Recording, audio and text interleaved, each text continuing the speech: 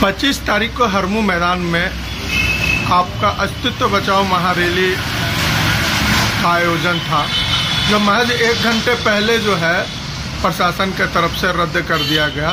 इस पर आगे आपके तरफ से क्या कार्रवाई होगी और क्या क्या आगे का प्लानिंग है आपका?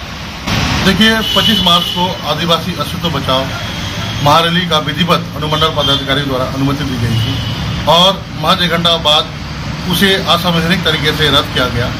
ये सरासर भारतीय संविधान के हमारे जो भाग 3 मौलिक अधिकार का हनन है। इसमें अनुच्छेद 15 स्पष्ट बोलता है कि धर्म, लिंग, मूल, वंश के आधार पर आप भेदभाव नहीं कर सकते हैं। ये हमारा धार्मिक आयोजन था, आदिवासियों का आयोजन था, इसलिए इसे रद्द अचानक कर दिया गया।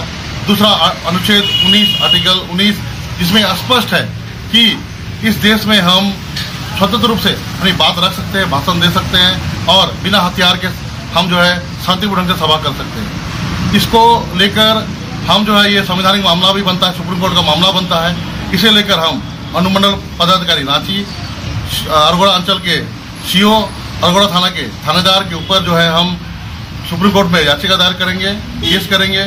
साथ ही जो है हमारे जो जनजाति आयोग वहाँ शिकायत दर्ज करेंगे।